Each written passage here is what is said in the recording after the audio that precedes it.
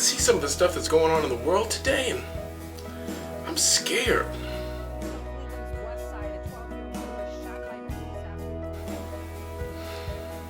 I mean, even if I do everything right, if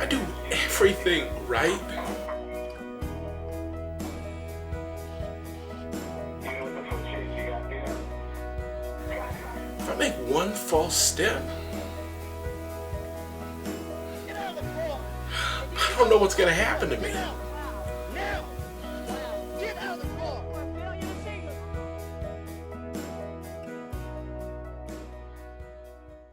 It sounds controversial, but it's supposed to be comical. The theatrical play, it's called The Black Jew Dialogue. Two actors who explore what they call the absurdity of prejudice. Hi, neighbor! Oh, hey, buddy, we are definitely not neighbors. Skits and a game show, audience interaction. I think one of the great things about doing comedy is that it gives you the opportunity to find parody and find satire in things that might be too difficult, too complex to try and go at head on.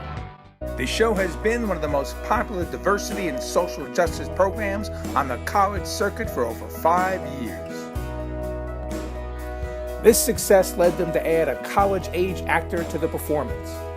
He expresses much of the frustration and angst that so many young people in this generation are trying to come to terms with.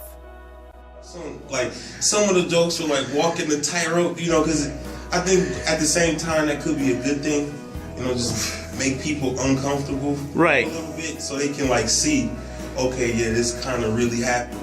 Yeah, these are jokes, but in all seriousness, this happens. Right. People feel like this. Right. Every group that stands out in one way or another gets the short end of it. Remember we getting on a plane, there's some young guys in Arab garb getting on with TSA! He's got a turban! They're over there winning! They're winning! Stereotype. That's right. A stereotype is what people do when they choose to look at someone through the lens of fear and a stereotype. We don't have to use that lens to look at everything through, but some people do it just because it's easier. And so rather than take the time and energy to try and figure it out, you just stereotype. Every time something negative happens to a gay person or a black person or a Jewish Mexican, or whatever, yeah. it feeds into the negative concept of who we all are as a people. There you go. We put this show together to give people at least some insight into the things that drive us, the things that get in the way of us really being good to one another.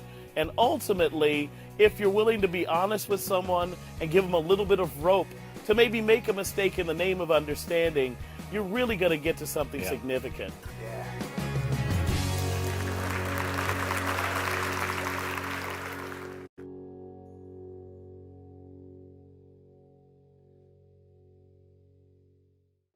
I have aha moments, during almost every show. Some on stage with my partner Larry, but most in the discussion that we do after the show with our audience. We insist upon that. Our time together, Bill, has been incredible. We've met so many wonderful people. We've had so many great experiences. Now we've got just hundreds of people in front of us. We'd like to hear your thoughts and mine as well.